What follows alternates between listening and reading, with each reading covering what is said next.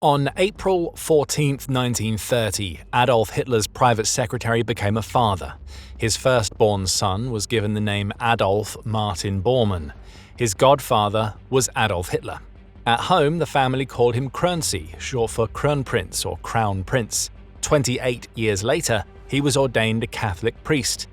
By then he had hidden the name he was born with for half his life. His mother had not lived to see it. 8 siblings had scattered across post-war Europe under other people's care. Krönsi spent his early summers on a mountain.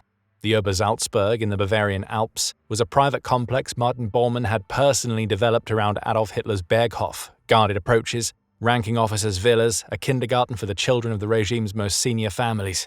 Hitler lived a short walk from the Bormann house. He was the boy's godfather. He had stood at the front when the child was baptized in 1930. Given him his first name, and watched him grow up across school holidays and family weekends. By the time Krönsi was 10 years old, he believed completely in everything his godfather stood for.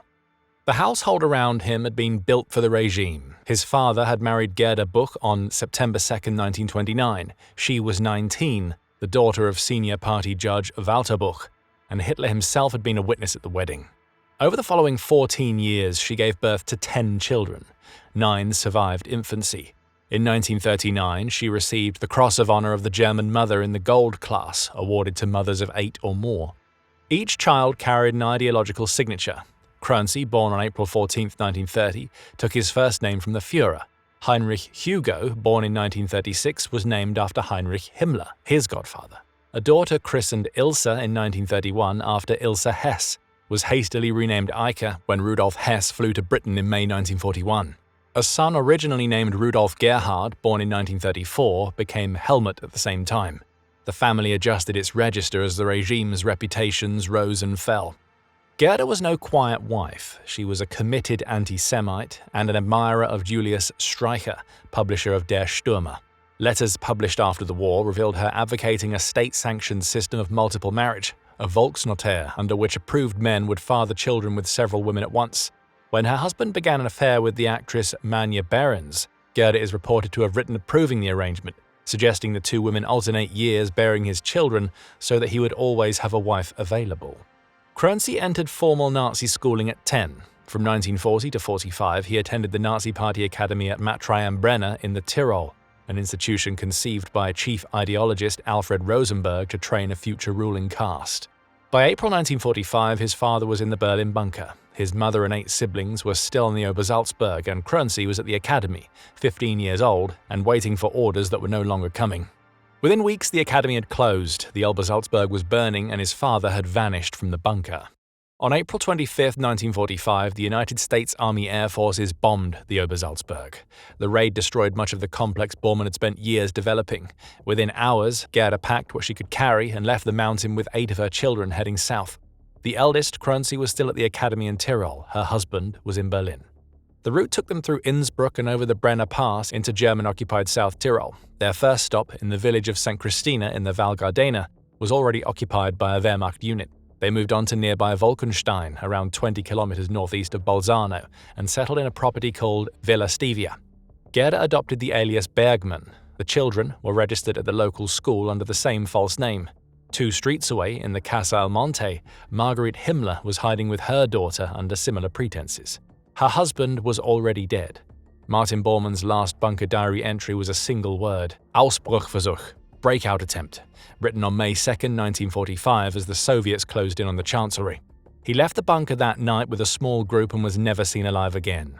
For decades, his disappearance would generate sightings across South America.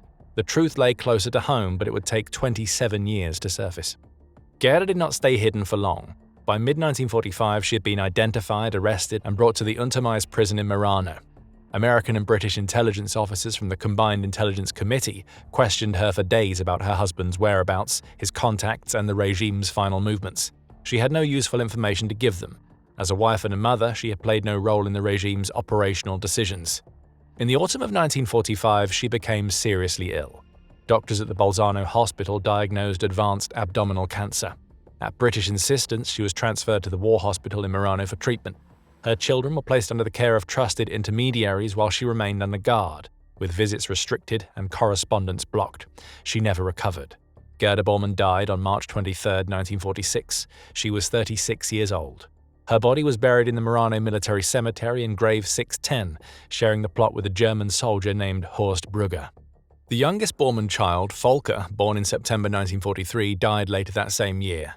Of the 9 children who had survived to the end of the war, 8 were left without either parent. On October 1, 1946, the International Military Tribunal at Nuremberg sentenced Martin Bormann to death in absentia. The eldest son, 16 years old, did not yet know his mother was dead.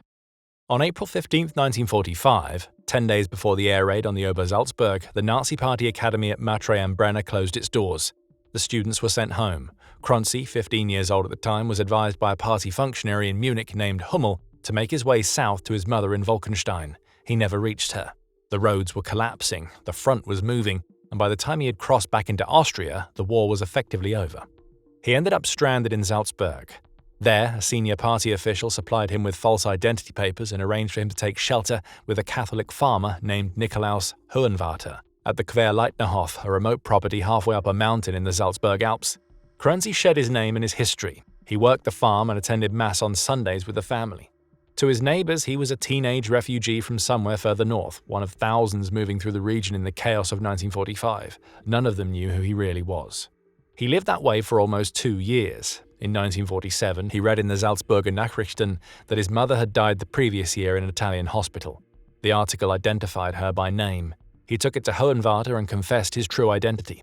Hohenwarter informed the local priest at Weissbach bei Lofer, who in turn contacted the rector of the Church of Maria Kirchtal. The rector took the boy into his care. Kronzi had been baptized Lutheran. He converted to Catholicism. Soon after, American intelligence officers tracked him down, arrested him as an altar boy, and held him at Zell am See for several days of questioning. They were looking for his father. Convinced he genuinely knew nothing, they returned him to the parish. In Ingolstadt, he joined the religious congregation of the Missionaries of the Sacred Heart and began studies toward the priesthood. The other surviving children followed quieter paths. Theodor Schmitz, a Catholic clergyman in the Rhineland, took on their care after their mother's death and gradually received most into the Catholic Church their parents had despised. Eike died in 1958, still in her 20s without ever knowing a settled adult life. The remaining siblings, Irmgard, Helmut, Heine, Eva, Uta, Gerda, and Fred Hartmut, drifted into careers and marriages under the radar of public attention. None of them pursued political roles, gave major interviews, ran for office, or wrote memoirs. The Bormann name in post-war Germany was something to be lived past rather than carried forward. Only Kronzi went a different way. On July 26, 1958, 28 years after his baptism with Hitler as godfather, he was ordained a Catholic priest in Innsbruck. In 1961, the Missionaries of the Sacred Heart sent Kronzi, then 31, to the newly independent Congo. The country had declared independence from Belgium the previous year and was descending into the conflict that would consume it for the rest of the decade. He worked in pastoral care and education at Catholic missions across the region. In 1964, as the Simba Rebellion targeted Western missionaries, he was forced to flee. A return visit in 1966 lasted 1 year before he left the country for good. In 1969, he suffered a near-fatal injury. A nun named Cordula, born Rosemary, nursed him back to health. Their relationship deepened during his recovery. The early 1970s were a period of mass departures from religious life across the Catholic Church following the Second Vatican Council. Both renounced their vows. They married in 1971. He took a teaching post in theology and held it for 2 decades, retiring in 1992. In the second half of his life, Kronzi began speaking publicly about who he had been and who his father was. He joined Children of Perpetrators, Children of Victims in 1987, a reconciliation group founded by the Israeli psychologist Dan Baron. 6 years later, he traveled discreetly to Israel for a 4-day symposium at Neve Shalom, where 8 other children of Nazi war criminals met with 9 children of Holocaust survivors. He visited Yad Vashem. He was not recognized.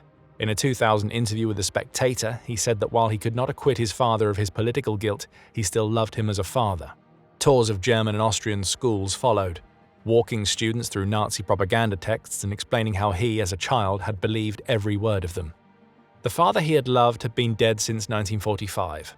Workers digging on a Berlin construction site in December 1972 uncovered 2 skeletons at the old Ulap fairgrounds near the former chancellery. Dental records identified one as Martin Bormann. West German authorities formally declared him dead on April 11, 1973. In 1998, mitochondrial DNA testing comparing the skeleton with a living maternal relative confirmed the identification beyond dispute.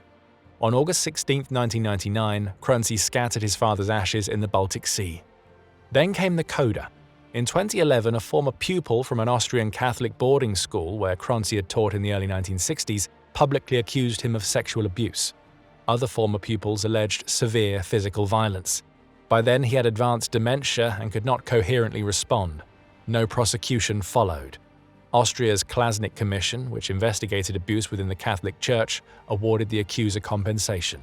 Krönczy died in Herdecke on March 11, 2013. He was 82. The question of whether his redemption was real died with him. Well, that's it. If you found this video insightful, watch What Happened to Heinrich Himmler's Family After World War II next. Like this video, subscribe, and hit the bell for more history inside, and we will see you in the next one. Thanks for watching.